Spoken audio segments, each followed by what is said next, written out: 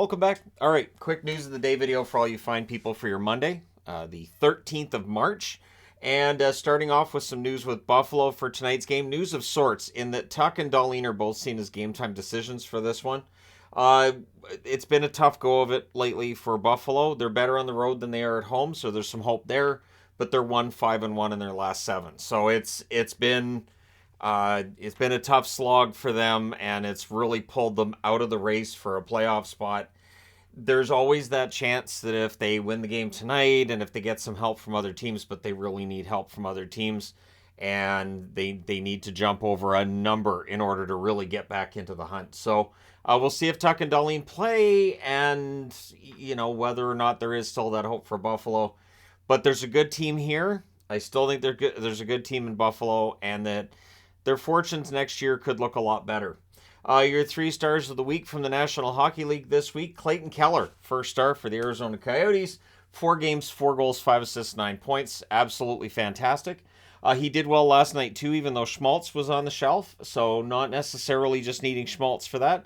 And so, for Keller, he is the star player for the Arizona Coyotes right now. Logan Cooley may be the next guy up.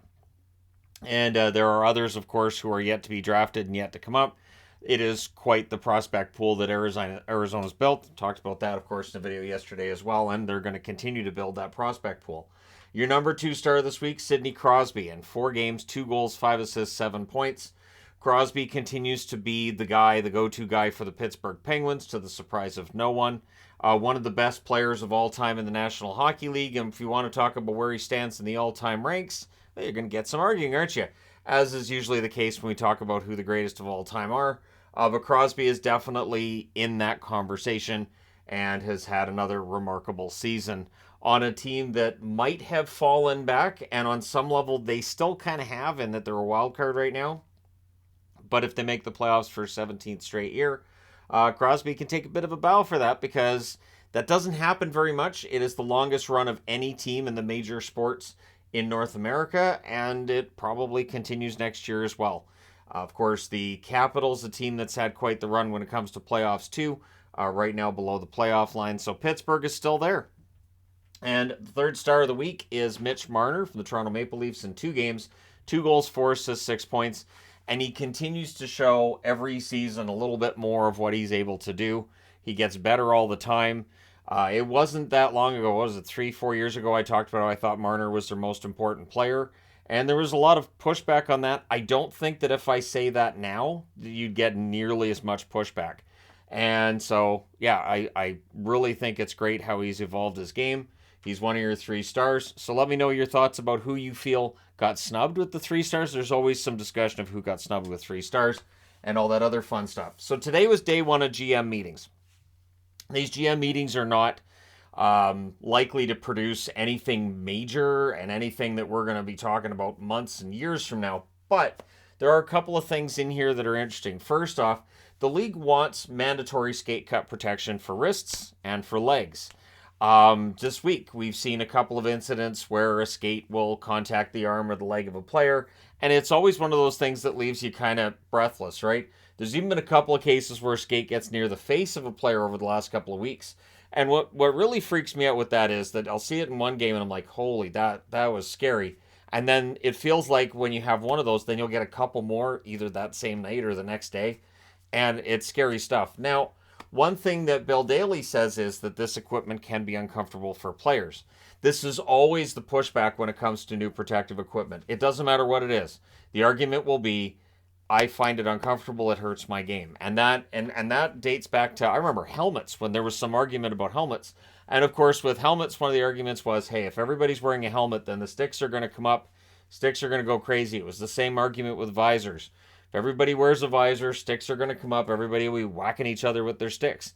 And so for the league, they really do need to mandate it. Odds are what's going to happen is it'll be mandated for players coming into the league. So it'll be one of those grandfathered in things where, if you're a new guy, you have to wear the protective equipment. If you're not, you don't. But NHL players are very often slow on the uptake when it comes to that protective equipment. I get it. I'm not saying that it's comfortable. I'm not saying it's not uncomfortable. But there's other things that are uncomfortable players have learned to play with. And Yeah, so I do agree with the league on this because the skate cuts are scary, and when you consider, especially with the Evander Kane one, we could have some really severe outcomes from this. And if you can do something to protect players so that those severe outcomes aren't possible, I think that's for the best. I think that works. But of course, I still don't understand why every goalie in the league doesn't have a net guard after the terrible incident with Malarchuk.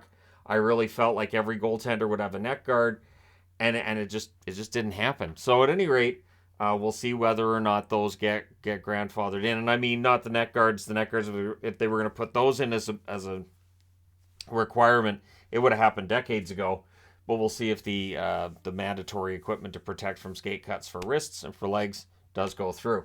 Also, Bill Daly says the league is working on refining the bids that have come in on the Ottawa Senators. It's likely going to take about a couple of weeks. And so we'll have a better idea then where things are at.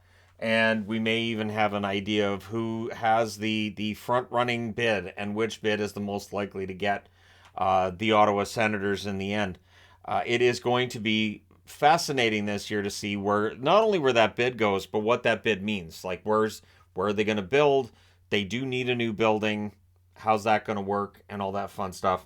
So yeah, they're working on it, right?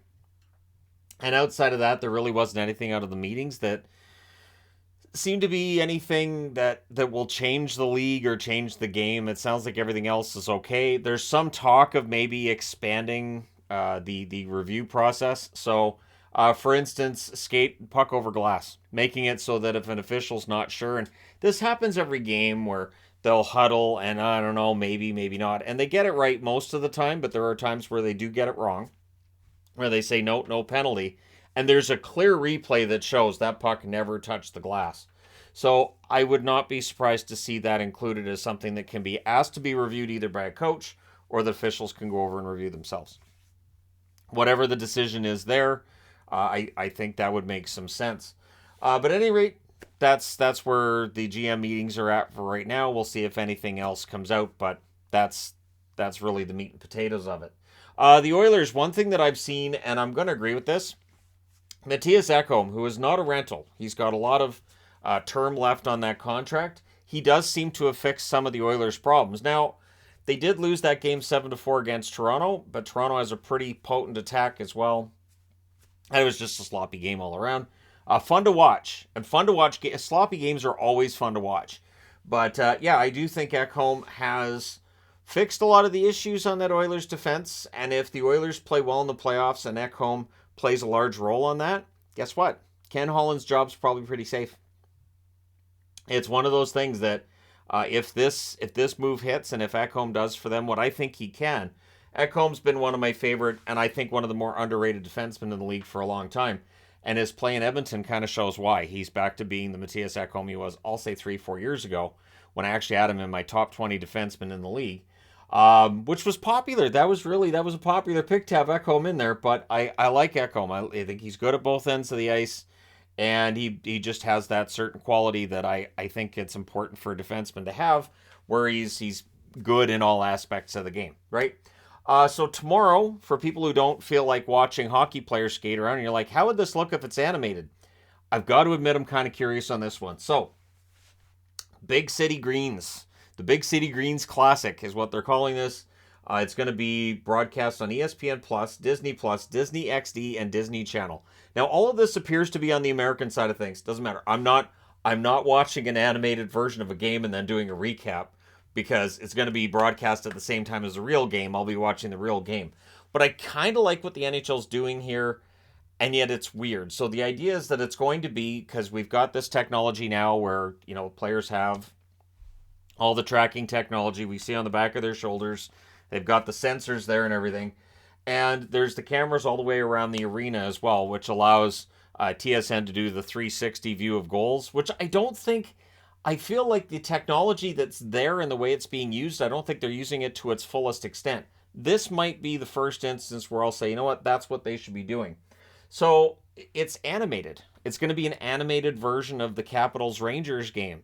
Now, I don't know if it's going to edit out some of the swearing that's in there. I would imagine there'll be a 10-second delay, right?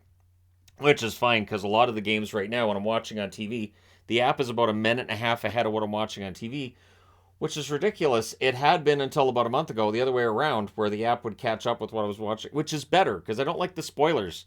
I don't like, oh, there was a goal, and then I go to the game and I'm like, oh, it hasn't happened yet. Well, this sucks. But at any rate, so this is going to be just going to be on TV. We'll see what the ratings do, right? But it's a chance for kids to watch a cartoon version of a hockey game, and I imagine there'll be glitches. I will echo, I saw on social media somebody saying, they kind of hope for a line brawl because it's all animated. But yeah, it's going to be interesting to see how the broadcast works and how big of a hit this is. One thing about hockey fans, and I know this is the true case with me and with a lot of others as well, is if you can hook kids to hockey when they're 5, 6, 7 years of age and make it so they really enjoy watching it, you've got yourself likely a fan for life. And so this is a tactic that could work. And if this is approached right and the broadcast is done correct as well, and there's some explanation of things going on the ice, this could be really smart. The NHL, I have given them a lot of flack lately for things they do that don't make a lot of sense or broadcasting decisions that are head scratching. This one I like. I like this one a lot. I hope this is a hit, and I hope we see more of it. I know that it's an expensive process. Again, it's a new process too, so I would expect there be some glitches during the game. And anytime that a glitch takes place, I'm sure it'll be all over, and people will be like, see, this is a disaster. But yeah, it's going to be fascinating to see how this goes, because it's about trying to create new fans and reach out, and it's more exciting to watch it animated if you're a little kid than to watch it on regular TV.